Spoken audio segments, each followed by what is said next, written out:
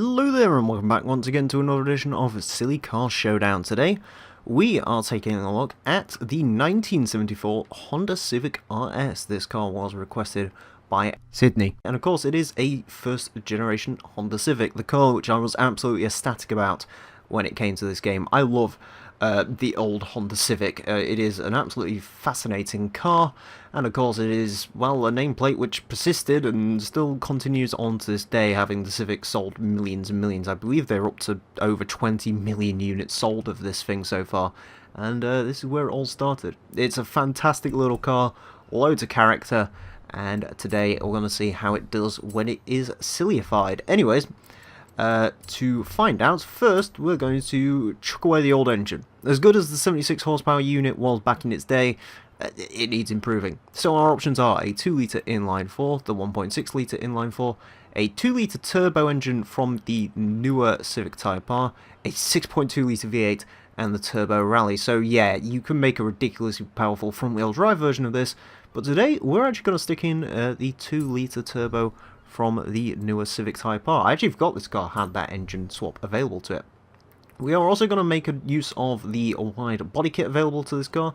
Looks a little bit strange now. It'll look a bit different when it's got the newer tyres on it, of course. We will not... actually, that's not adjustable, so we'll have that. That's ridiculous, but as that's non-adjustable, we'll have that just to complete the look. It looks a bit ridiculous for now, but I assure you it'll look a bit better once it's been lowered and all the rest of it. Anyways, what size tyre? Ooh, 275s on the front. Okay, this looks like it's going to be more promising than I thought. And 275s on the rear as well. No option to increase the track, interestingly enough.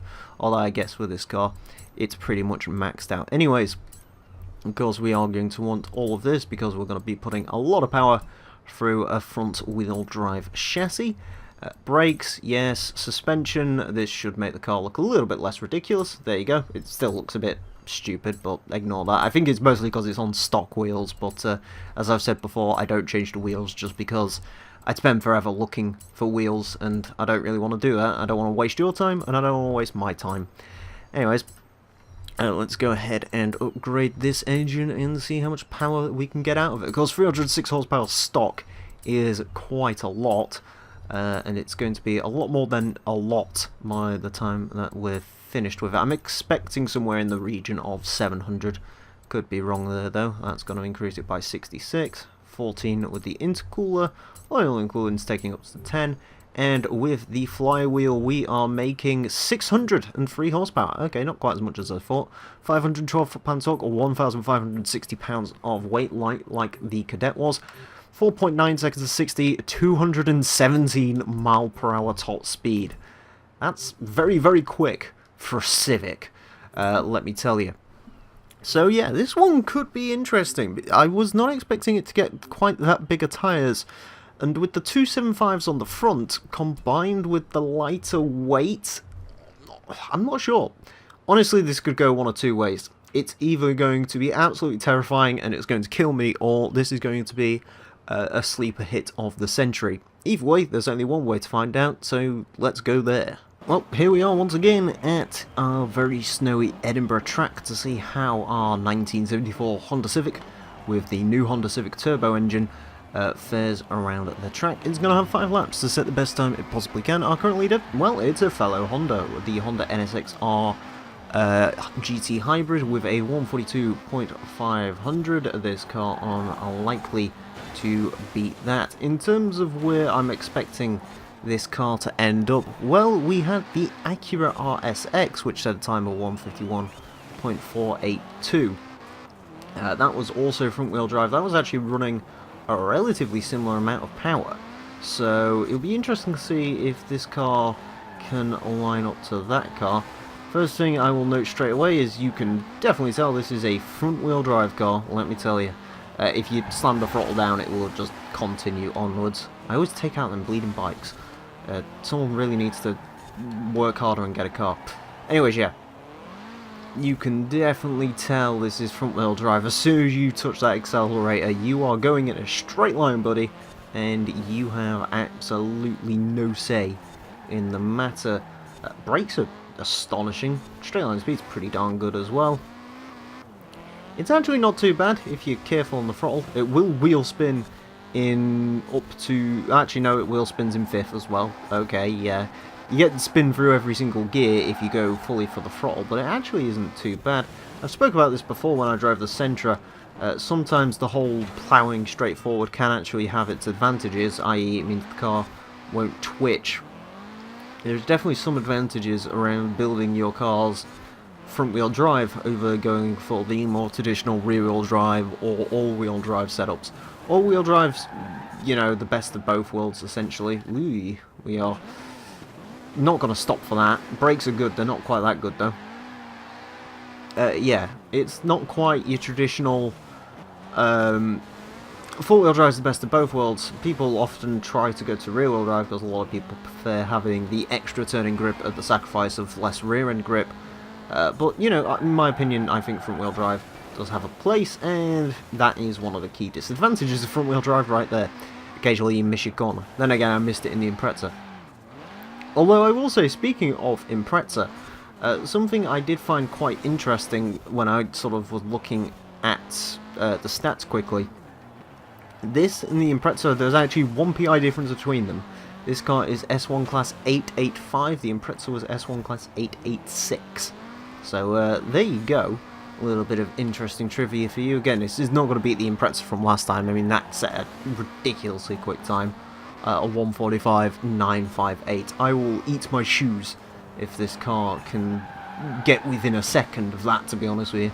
But, and I'll even eat my work shoes as well. Mostly because I actually need new work shoes.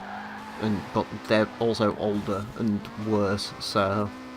You be the judge. It's a worse fate than eating my gazelles. I don't particularly want to eat those. Mainly because I only just got some. And I'm cheap, so I only buy shoes like twice. Or I only buy shoes like once every 2 years. And I wear the same pair of shoes. I have like 2 pairs of shoes. Anyways, enough about shoes. More about the Civic Type. I'm basically just buying time because this lap means nothing. Essentially. Smash into the side of that building. Having a few issues with that building lately. I think I smacked that in something else. I can't remember what it was. I can't actually remember now what it was. Might have been the transit I smacked that building into. But yeah, it's actually, to be fair, when you're not on the throttle, the turn-in grip on this is insane. Those 275s on the front, they are ridiculous. I think that's the biggest front tyres we've had pretty much all day. I started recording... The first car we recorded, in case you're wondering, was the NSX-R. We're doing a pretty lengthy recording session today, by the looks of it. Probably gonna start doing 4 of these a week instead of 3 a week in terms of upload schedule, but I shouldn't really be discussing that publicly, but by the time this goes out that might very well be the case, because it's proving to be a very popular series. There's a lot of stuff to do, and also I quite like doing it at the moment because it's my new project, so yeah, it's all good. Anyways, enough about that crap. Smashing into... I guess it's supposed to be like a toll gate or something? I've got no idea. Yeah, it is very understeery through the corners if you're on the throttle, and if you're not on the throttle, it's not too bad. It's just... it's kind of weird to get used to. Especially considering there's a cooling off power between... or a cooling off period between when you can get back on the throttle or when you've just come off the throttle. You can't quite turn in straight away. You have to wait a little bit for the car to cool down, and then the wheels will eventually go where you want them to. They're not particularly great driving cars, the front-wheel drive cars around here. But, you know, sometimes they surprise you. Again, the RSX, the first one we had, was particularly surprising. Then there was the Sentra, which was awful. This, in case you're wondering, in terms of handling, is somewhere in between those. It doesn't drive quite as nicely as the RSX. The RSX, you could really keep your foot in it. And the Sentra, you couldn't. And this, you sort of can't keep your foot in it, but as soon as you take your foot off it, it's actually pretty good handling. And the Sentra was more... not so that. So, yeah. Also, the Sentra was a little bit more slidey in the tail end. This, not so much. This actually has pretty big tyres on the rear as well, which I'm assuming is helping it a little bit as well. A 150.446 though, that does mean it beats the RSX, becoming the fastest front-wheel drive car we've had. Ironically, the fastest front-wheel drive car with the least amount of power, I believe. Although, actually, no, the RSX might have had 500 horsepower. I thought I put the Turbo Rally in it, but maybe I didn't. I think I've tried to avoid the Turbo Rally, just because the Turbo Rally goes in everything, so... yeah, sort of trying to avoid using an engine too much, but...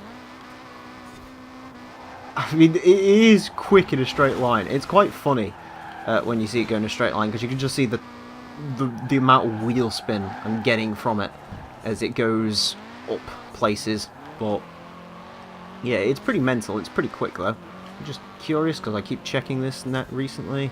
29.4 pounds boost. Okay, so we're making a decent amount of boost.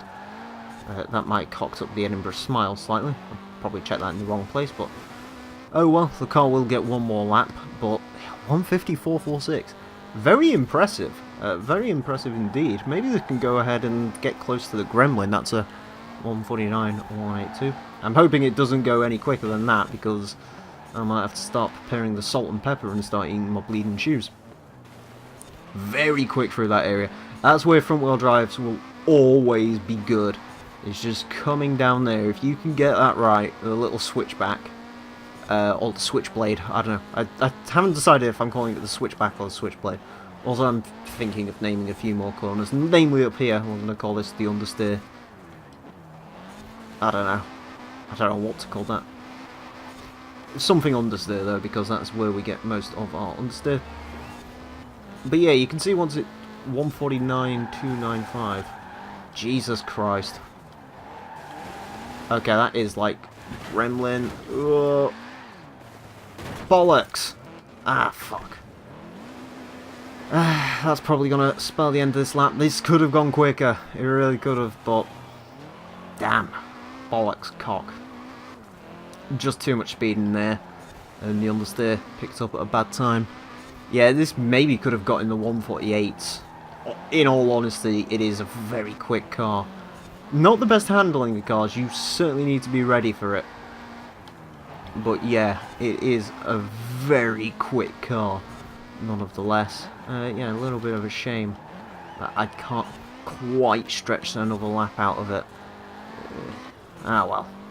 Sometimes that happens. Of course, when you record a series live, you can't always get the absolute perfect time for each car. Sometimes it'll just mess itself up. But yeah, it's a bit of a shame because, yeah, really this could do 148s. I don't quite know if it could do 147s, but it is a bloody quick car. There is certainly no denying the fact the Civic is a ridiculously quick car.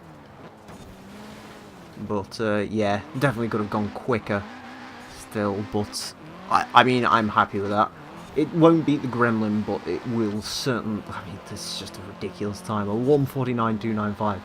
Again, I'm apparently having a good old habit of completely underestimating the times cars get at the moment. I mean, I said the Subaru wasn't going to beat the Speed 12, or it was going to go around the Speed 12, and it went quite a lot quicker than that, so... yeah, apparently I'm a bit of an underestimator at the moment. But anyways, 149.295. Again, it could have gone quicker. I'm a little bit pissed because I kind of want to see the little Civic do as well as it can, but it's just the way the cookie crumbles sometimes. You can't always get what you want. Anyways, a 149.295 will put it into 7th place. It goes in between the AMC Gremlin, which it just misses out on, and it could have easily beaten, in all fairness. It probably could have gotten between the Gremlin and the Cayman, but no. It is going to go in between the Gremlin and, interestingly, the RSX. It is a second and a bit quicker than the RSX, which, yeah, very good time from that car. It's also about 2 seconds up on the Speed 12 and 3 seconds up on the 1000 horsepower Nismo Sentra. So yeah, the fastest front wheel drive car we've ever had is a 1974 Honda Civic with admittedly a new Honda Civic engine in it. Yeah, impressive stuff from the Civic RS. If you haven't given this car a go, I do recommend it. You'll fall in love with it just because of how much character and fun it really is. It blows any Golf GTI out of the water if you ask me. Anyways, thank you all very much for watching this edition of A Silly Car Showdown. If you'd like to request cars for the series, you can do so down below in the comments section, either on the video on my channel or on HG Central, and request your cars there.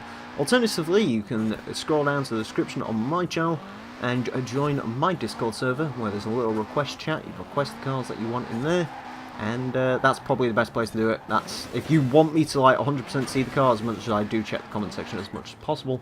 I can occasionally miss stuff. The request chat is the best place to request the cars. If you've enjoyed this video, if you've enjoyed me, my name's Emile. If you're watching this on HG Central, there's a link to my channel down below in the description.